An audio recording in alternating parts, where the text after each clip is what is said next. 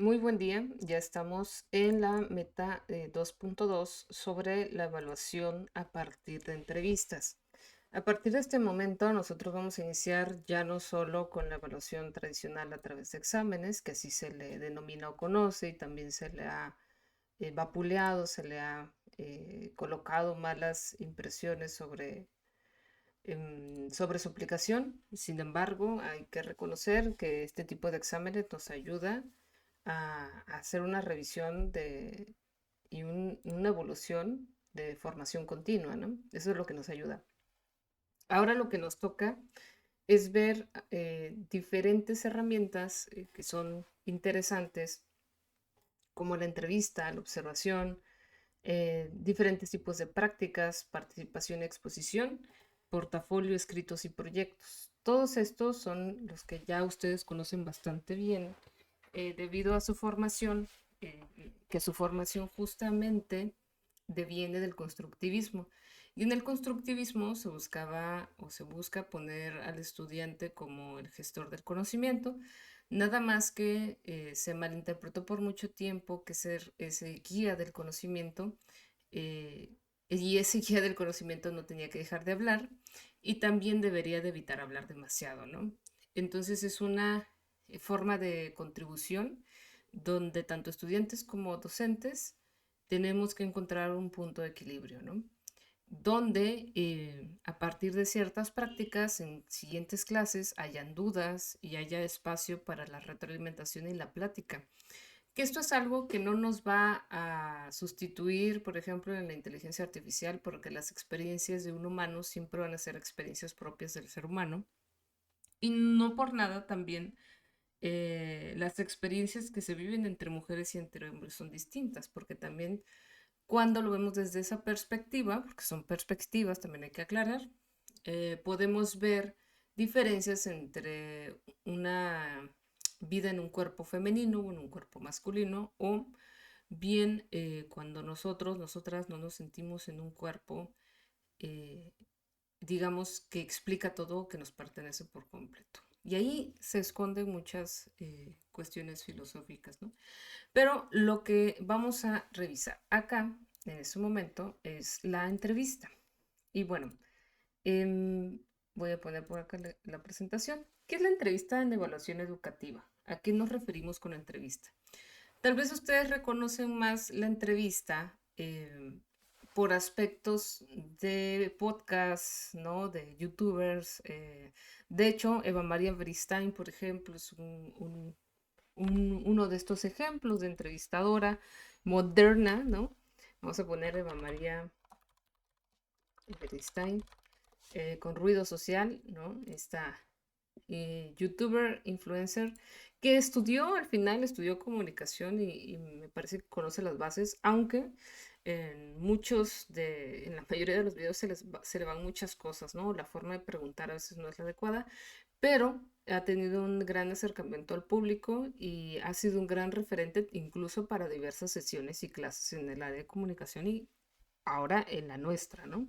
Creo que ese es un buen ejemplo de entrevista. Entrevistas mejorables. Todo siempre es mejorable, pero también depende de la audiencia a la que va dirigida.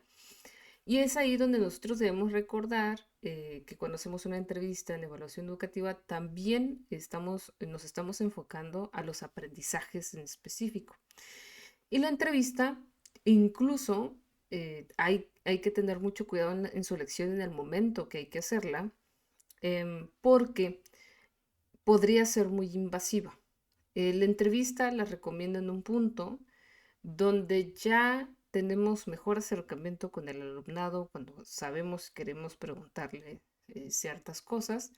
Y yo creo que la entrevista es una gran herramienta también como un inicio para entender en qué posición, qué aprendizajes previos tienen. Y también hay mini entrevistas, ¿no? Que son preguntas al aire, al grupo, que los utilizamos como una forma de, de revisar qué tal está el grupo, qué piensa de ciertos temas y eso hace que exploremos un poco más allá para poder contextualizarnos de qué sí podemos hablar, de qué no podemos hablar, qué podremos presentar en próximas clases, si da o no el grupo para hablar de ciertos temas. Por ejemplo, si yo quiero poner ejemplos de género o de feminismo, pues tendría que conocerlos un poco más para adecuarme y así tener ese contexto de que es posible hablar de ello, o bien de religión, porque aunque somos laicos y la universidad es laica, hay muchas personas que profesan religión y que se incomodan mucho cuando se tocan estos temas de religión. Entonces, o política, ¿no? Hablar de partidos políticos o de una situación, eso se vuelve como muy delicado y por eso, para no enfrentar problemas más eh, complejos, muchos docentes deciden no hablar de los temas, ¿no? Porque también es a veces difícil de manejarlos porque los estudiantes también llegan a tener diferentes tipos de experiencias. Claro, en mi caso también he cometido diversos errores al abordar algunos temas y que en ese momento, más que un error, digamos, se toma otra dirección para poder llegar a explicar otras cosas, ¿no? Y bueno, la entrevista al final es una técnica e instrumento de evaluación que permite obtener información cualitativa, ¿no? Porque hablamos de cualidades, no hablamos de cantidades, como en el caso del examen. En el examen hay un puntaje, hay una sumatoria, ¿no? Que ya hemos revisado. Hay preguntas con una matriz que hay que realizar eh, su matriz para poder reconocer qué indicadores, qué criterios y cómo voy a formar dichas preguntas, ¿no? Y esta información cualitativa de cualidades, de sentires, ¿no? Se dan a partir del diálogo entre docente y estudiante. Pero ojo, no es nada más preguntar por preguntar. Nosotros, nosotras debemos realizar, elaborar previamente un listado de preguntas, ¿bien? Con el paso del tiempo tenemos más experiencia y esto se nos da un poco mejor y más fácil o rápido. Sin embargo, aunque pase el tiempo, sí recomiendo ir anotando en un cuadernito las preguntas que queremos realizar a los estudiantes paso por paso en un orden correcto para poderlos llevar también en una especie de mayéutica.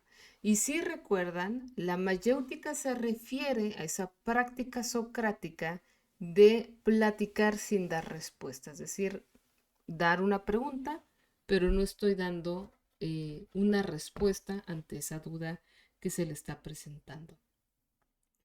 En el enfoque alternativo no se centra solo en respuestas correctas o incorrectas, sino en comprender procesos de aprendizaje, significados, argumentos, reflexiones y formas de resolver una situación. Entonces, cuando nosotros hablamos de una entrevista, en la evaluación educativa, porque ojo que la entrevista para la investigación cualitativa es un poco distinta, pero se relaciona, si ustedes algún día quisieran hacer una tesis, igual avísenme, creo que les ayudaría mucho si alguna vez quieren que los oriente para un posgrado, para tener una beca, etcétera. También los puedo acompañar y orientar al respecto. Em, y bueno, pues poder encontrar este tipo de, digamos, aproximaciones, ¿no? A la codificación, que ahorita lo vamos a ver. Porque una entrevista, además de tener las preguntas bien planteadas, hay que codificar, ¿no? Entonces, ¿para qué sirve la entrevista? Cuando nosotros queramos explorar una comprensión, ¿qué tanto saben de un tema, por ejemplo, como antecedente?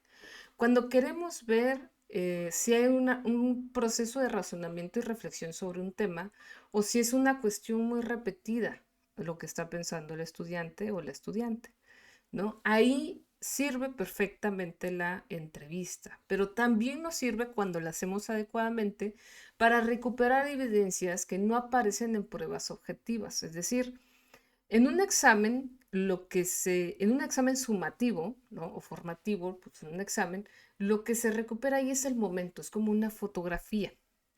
La entrevista nos puede servir para un post-examen, es decir, después del examen, hacer una entrevista me ayudaría a ver qué pasó con él o la estudiante, que es muy bueno, pero que ese día tuvo un dolor de cabeza, cólicos en exceso, algún malestar estomacal, alguna situación psicológica, y eso me hace poder valorar procesos y no solo resultados. Por eso muchas veces también la evaluación se puede dar por observación. no solamente con entrevista, pero la entrevista ayuda a afirmar la observación. Por eso nunca se queden con observación nada más, sino que también exploren procesos de entrevista después de un examen. Y eso em, hará que ustedes valoren mejor el examen y dirán, tú como estudiante vas perfecta, pero sí pasó algo en el examen y pues hay que reconocerlo. Y la entrevista ayuda también a explorar en esas preguntas que se equivocó para verificar si realmente no sabe o solo fue una cuestión de un día que explica esa fotografía de la que hablo, que es un momento, una situación, un día en específico que se evalúan esos conocimientos, que no siempre refleja lo que el estudiante sabe o las habilidades que desarrolla. Entonces, aquí nos sirve para ver cómo el estudiante explica, justifica, reflexiona y cómo sobre todo relaciona ideas. Para eso nos sirve la entrevista y para estos momentos es muy interesante. También cuando concluimos el semestre o concluimos ciertos procesos, por ejemplo, al inicio, en medio, ¿no? Y al final del ciclo escolar, ayuda mucho a llevar un seguimiento para saber cómo se siente, ¿no? ¿Qué es lo que está aconteciendo? ¿Cómo van? Y eso también sirve para tener pruebas de seguimiento al estudiantado. Ahora, ¿cuáles son las características de una entrevista? La entrevista puede ser estructurada, que significa que ya hay 10 preguntas y esas 10 preguntas las voy a seguir al pie de la letra. Semiestructurada, por ejemplo, yo llevo 10 preguntas o 5 u 8, pero conforme vamos platicando se me ocurren preguntarle otras cosas, ¿no? Voy hilando ideas y conecto y hago otra pregunta más. Ahí es cuando hablamos de una entrevista semiestructurada. En una estructurada, por ejemplo, no hay forma de agregar. Se pregunta lo que se iba a preguntar y así es una estructura cerrada. Si mi estructura es un poco más abierta y la abierta, que es cuando nosotras iniciamos con alguna pregunta que tenemos para explorar un objetivo, pero en la plática vamos realizando las preguntas y hay que registrar esas preguntas al finalizar. Es un poco al revés, ¿no? Ahora, todas estas de preferencia deben estar grabadas por audio, pero hay que pedir consentimiento al alumnado. ¿Para qué? Para poder trasladar estas entrevistas a escrito y luego poder analizarlas, porque no significa que solamente en el momento es suficiente para poder analizar. Esto se relaciona más con la investigación cualitativa, pero mi recomendación sí es esto.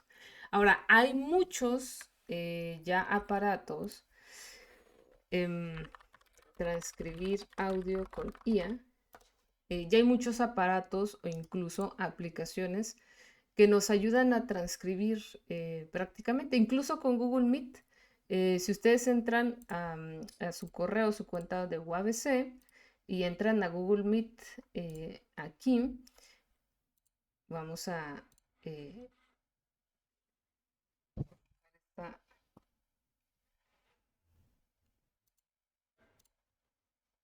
esta, justamente este Meet. Nosotros podemos solicitarle, por ejemplo, a Google Meet que registre aquí la transcripción. Bien, y entonces va a transcribir la conversación.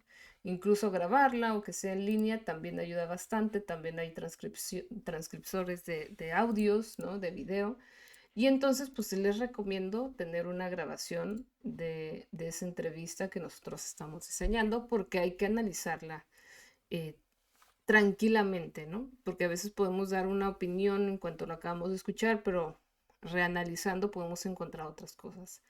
Entonces, la recomendación también es que se utilicen preguntas planificadas, que registren las respuestas y que esto nos permita interpretar evidencias de aprendizaje. Ahora, ¿cómo usar la entrevista en evaluación educativa? La entrevista se va a utilizar cuando nosotros como docentes necesitemos valorar aprendizajes completos. Como ya había mencionado, ¿no? Comprensión profunda de un tema, cuando queramos que argumente, por ejemplo, si elaboró una tarea con inteligencia artificial, posteriormente le podemos hacer una entrevista.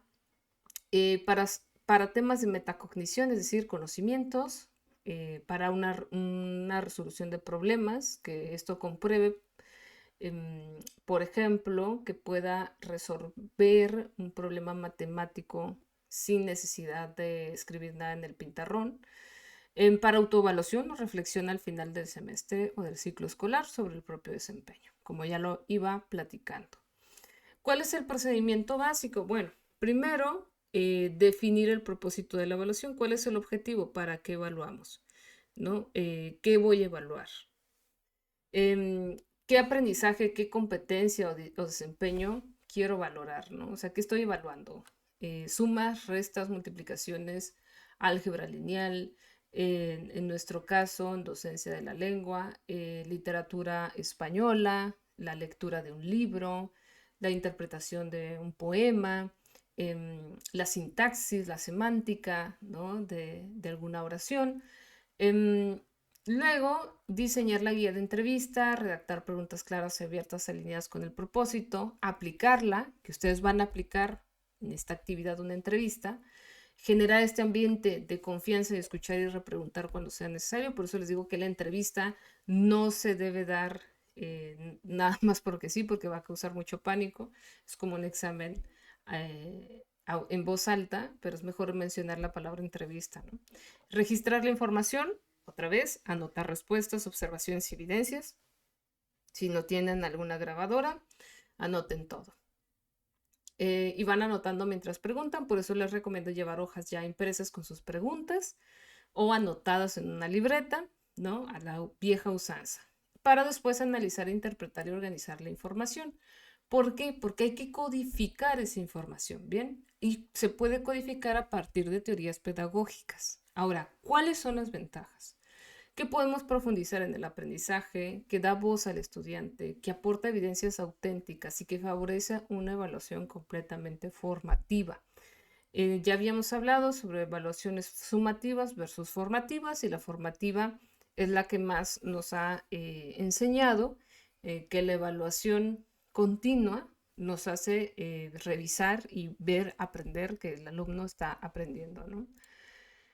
Ahora, ¿cómo crear los códigos? Entonces, codificar significa organizar las respuestas del estudiante en categorías. Entonces, hay que categorizar las respuestas para analizarlas e interpretarlas correctamente con fines evaluativos. ¿Cómo se crean los códigos? Bueno, se parte de leer o revisar las respuestas registradas, identificar ideas claves o patrones, ¿no? Relacionar qué sí me está contestando, qué es lo que está contestando, a partir de qué. Por ejemplo, cita a un autor o autora, desarrolla algún ejemplo, etc. Y cuando identificamos la idea clave, asignamos una etiqueta breve, ¿no? A cada tipo de respuesta. Y así agrupamos los diferentes códigos hasta poder tener categorías de análisis. Y esto se puede relacionar con los niveles de logro. Por ejemplo, ¿cómo aplicarían estas categorías de aprendizaje en una situación real? ¿No? Si hago esa pregunta al estudiante. Entonces puedo codificar por comprensión de conceptos, es decir, que sí hay una comprensión, que hay argumentación, que hay transferencia del aprendizaje o que hay reflexión crítica, y yo puedo categorizar y conceptualizar para luego obtener un tipo de valoración, alto, medio, bajo. Entonces, esto ayuda a organizarse en la evaluación educativa. Entonces, la pregunta del docente es, ¿cómo aplicarías lo que aprendiste? Esto es un ejemplo, fragmento de una entrevista, ¿no? ¿Cómo aplicarías lo que aprendiste sobre evaluación del aprendizaje en una situación real de la clase? Y la respuesta del estudiante fue, yo la aplicaría observando no solo si el alumno contestó bien o mal, sino también cómo explica su respuesta y qué dificultades tiene. Por ejemplo, si un estudiante se equivoca, el docente puede preguntarle por qué eligió esa respuesta y así identificar si el problema es de comprensión o de interpretación. También creo que serviría para que el maestro adapte sus estrategias de enseñanza. Bien, esta fue la respuesta y esta fue la pregunta, la única pregunta del docente. Pero ¿cómo codifico? Bueno, aquí hay varias oraciones que empezamos a codificar, observando no solo si el alumno contestó bien o mal, eso significa que ha comprendido el concepto. También identificar si el problema es de comprensión o de interpretación. Aquí hay una reflexión crítica. Y de esta forma nosotros vamos codificando para llegar a una evaluación de lo que está contestando él o la estudiante. Y esta codificación me hace revisar cuántos puntos o cuántos códigos logró sobre lo que queríamos que lograra. Por eso hay que tener un objetivo claro sobre lo que queremos que logre. Por ejemplo, si yo quiero que logre aprender a sumar a partir de una problemática contextual, yo le puedo poner que estoy esperando uno que sume, que sepa sumar, ¿no? Lo otro que sepa relacionar. Entonces, una es aprendizaje de sumas, ¿no? Conocimiento, eso es un código. Luego podríamos tener, en todo caso, explicación contextual, es otro código.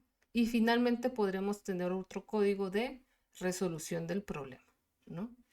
Entonces, si mantenemos estos códigos, que es muy parecido a una rúbrica, podríamos obtener un nivel de evaluación. Ahora, a ustedes les va a tocar revisar justamente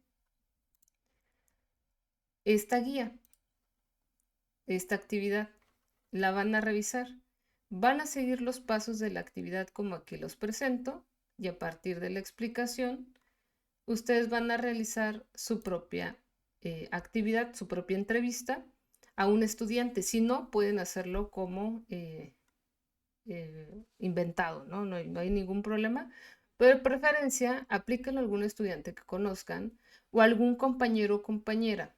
También les pido acá que hagan una explicación breve del instrumento, el propósito de la evaluación, es decir, que ustedes también hagan una reflexión sobre el tema y demás.